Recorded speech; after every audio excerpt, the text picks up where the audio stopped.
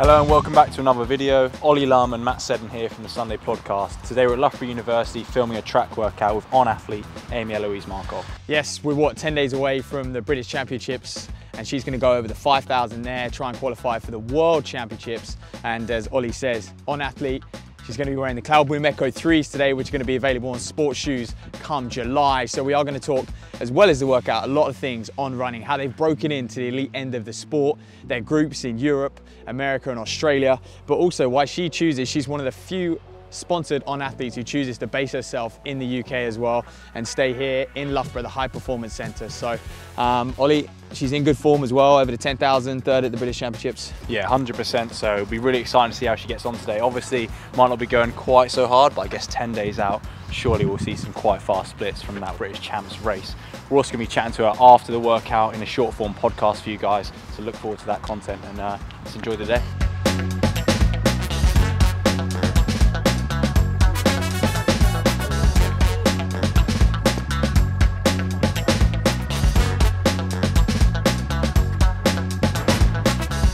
All right, I'm here with Rob Denmark, Amy's coach. Just run us through the session she's got today. Okay, so she's got a cut down, just a very traditional cut down, nothing too complicated. So she runs a 1600 and then she does a 1200 and then a K and then an 800 and then a 600 and then 2 4s. So we're just going through the gears, going from like threshold pace, just probably a little bit quicker than threshold pace, all the way down to just as quick as you can run at the end.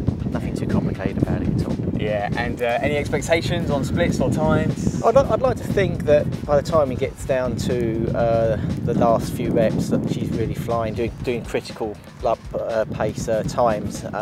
It's always difficult because obviously it's a bit windy, but I'd like to think that, you know, like for example, the 800 is around, you know, like 3k pace, just under. The 400s are literally flat out. See what you got left, what capacity you got, that type of thing. So yeah, it's actually quite a feel-good session because you go through the gears and you know that you do the rep, and then the next rep it's going to be faster, so it's going to be less of it. So mentally it's nice, you're just converging onto a quicker pace all the time. And you talk about the athlete feeling good, but you as a coach, we're 10 days out from one of the biggest races of her season. How are you feeling, Rob? Well, I'm not going to lie, the trial is always very nervy. There's a lot of anxiety. It's you know, it's a special weekend, but there's so much at stake. So yeah, I think you've got to prepare the athlete as best you can. I understand there's going to be probably about 5 different scenarios. There's going to be a lot of nerves, and you go there and you do the best you can as a coach. Right, let's get to it. I believe you're going to be on the bike today, so we'll let you hop on the bike and get the workout done. Thank you.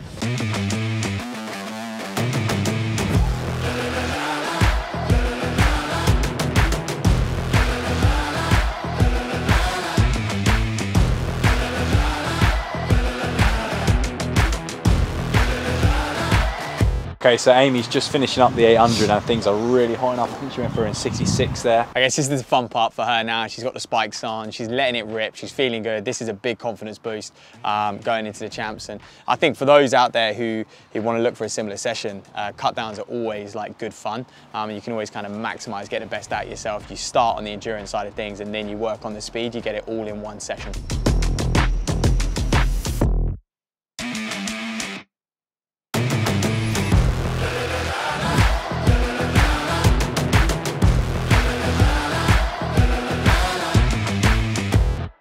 Okay, Amy, thanks for letting us watch your workout and film it. How was it? Because you've just finished up now. Yeah, it was good. I think I've kind of come off a few kind of rocky weeks, so just trying to like get some good momentum going. I had a good session Saturday, so I just really wanted to have another good session today. So it went well. Yeah, we just did a bit of a breakdown, so starting from 1600 down to 400s, just getting a bit quicker at each time, just kind of going through the paces and things. So that was nice, just slowly getting the legs moving. Yeah, we spoke to Rob before the session. He was talking about how we're kind of starting off a threshold and then working down. When did it start really kind of feeling hard? Because I think at the end of it you looked like you were working pretty hard.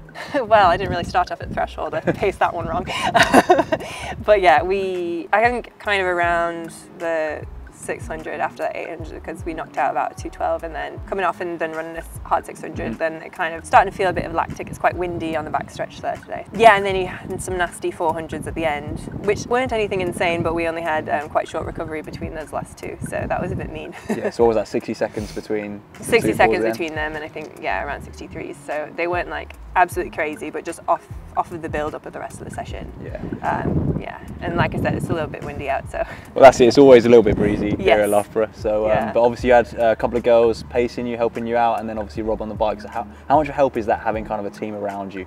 Oh, it's huge. Like obviously, kind of we need to practice like being able to hit paces on our own, but it makes such a big difference having a good atmosphere. We've got a like nice group here, and it helps with Rob on the bike with like pacing and things, and sometimes slowing me down if I need to, and sometimes just hanging on. But it makes such a difference. Like for instance, on my 800 rep today, and the other girls are doing 500, so it's like okay, just like commit for the first 300, and then just pretend like it's a new rep. Like once they join in, it's like okay, now it's just 500 to go. So it helps break it up as well, and yeah, it's just nice being able to run like have a successful session together. Yeah, and we're 10 days out from British Champs at the moment. So what does the next 10 days training look like after a workout like this? Yeah, so I've got a pretty substantial day on Saturday, and then probably just a bit of a lighter session the week of, and kind of just getting ready for Champs. Kind of like I said, going through the paces, just be prepared for anything. Obviously, Champs can be quite tactical.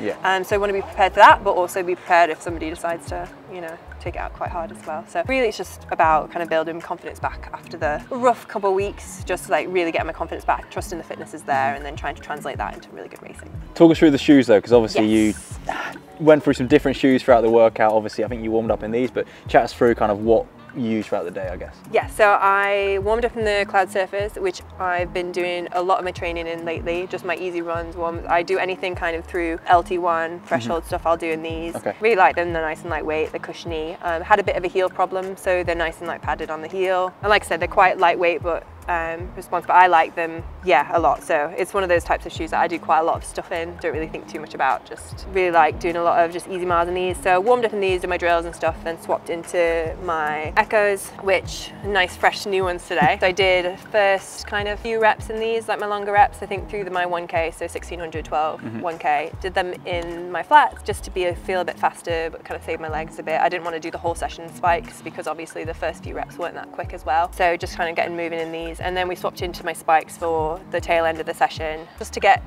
some good turnover, but also get used to just running them. Like with racing, it's just the contact's a little bit different, gets you on your toes a bit more, so just getting used to how that feels. And then it kind of gives you a nice little bump part way through the session as well. When we swap to the 800, just like hitting a bit of the faster paces. Yeah. It's nice to have a spike on, make you feel nice and light and fast. I was going to say mentally, it's got to be a boost almost. Get to the spikes and then put the spikes on, and then Yeah, and then sort of exactly. business end, aren't you? Yeah, I think it's tempting to put on spikes all the time, but just to save carbs a little bit, do a lot of work in the flats. To be fair, a lot of times I won't even bother putting on spikes because I do enjoy running these flats so much. That's the one thing, I guess these are the spikes everyone wants to get their hands on, and the same with the flats. They're not out yet, but they'll be out very soon. I think a few years ago it was almost when the super shoes came in, the flats are almost better than the spikes, but now the spikes are almost catching up and having having kind of that foam advantage as well. Yeah, no, they're really good. I was saying like, and I know like I'm with On, so I'm supposed to say this, but genuinely, like these are the only carbon flats that have ever worked for me. Like I think I've tried, when I was unsponsored, I was trying like some of the flats and they just load up my quads too much. They didn't feel like, just with my stride, they didn't suit me. And then these actually came out after, we got these after I signed, which was so fortunate because it's just like, I didn't really have a choice at that point. But like they're the only ones that actually really work for me. So love these shoes. I think people should be very excited about them. But yeah, I have lots of good things to say about them. Yeah, definitely. And I believe gym session now as well, so yes. Not done yet. Yes, got a new gym session today. Gonna go do that, and then we've got another run this afternoon actually, so big day of training. What mileage will that be at the end of the day, do you reckon? Probably 14-ish, I would say, maybe. I'm not sure what today's are, maybe a bit more actually, depending on what it was for the actual session. Because we do 2.5 mile warm up, 2.5 mile cool down, whatever the session ended up being volume wise, and then the run this afternoon. So standard for an elite 5k, 10k runner though, isn't it? Yeah, no, I think it depends week to week for me, but oftentimes I'm kind of in the 85 mile zone. I mean, I'll dip up to 90, a bit over 90 sometimes, and then obviously lower going into races, but I feel like I hug around 85 miles a week quite a lot, so yeah. Right, we'll let you get ready for your gym session and enjoy. Cool, thank you.